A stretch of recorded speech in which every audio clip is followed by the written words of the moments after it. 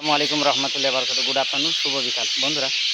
সহিহ বুখারীর মুসলিমের হাদিস, রাসূল সাল্লাল্লাহু আলাইহি ওয়াসাল্লাম বলেছেন যে ইহুদি আর খ্রিস্টান অর্থাৎ আহলি কিতাবগণ তারা তাদের নবীদের ভালোবাসে এবং ভালোবাসার জন্যে এই ভালোবাসার পরিণামে তারা তাদের নবীদের সঙ্গে বা তারা স্বর্গে বা জান্নাতে যেতে পারবে না, কারণ তারা তাদের নবীদের মতন কাজ করেনি।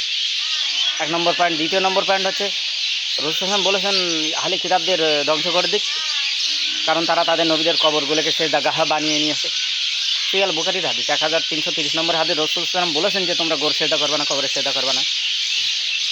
আহলে কিতাব যারা, তাদের প্রতি লানত তারা কবরে সেজদা করবে, তাও নবীদের কবরে সেজদা করে তারা লানত গরস্ত। তুমি পীরের কবরে বা কারোর কবরে সেজদা করে রাসূল সাল্লাল্লাহু আলাইহি ওয়াসাল্লাম হাদিস নিষিদ্ধ কাজ করে তুমি লানত গরস্ত, তুমি বলছো তুমি সুন্নি, তুমি আশিক রাসূল নবীর ভালোবাসো।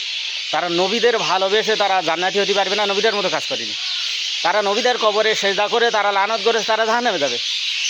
তুমি পীরের কবরে সেজদা করে তুমি জান্নাতে যাবা, যেটা নবী নিষেধ করে সহিহ বুখারীর হাদিসে।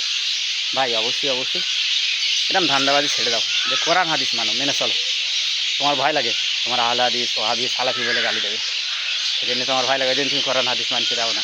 ভাই আহলে হাদিস সালাফি ওয়াহাবি বা সুন্নি এরম বলে কোনো জিনিস নেই।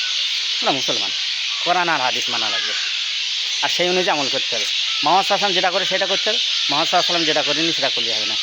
সূরা হাজাব 8 নম্বর 21 আল্লাহ বলছে, হে মানব মণ্ডলী, আমার নবীর জীবনের সর্বোত্তম আদর্শ, আমার নবীর যে মানবে ব্যাস সে সর্বোত্তম আদর্শ।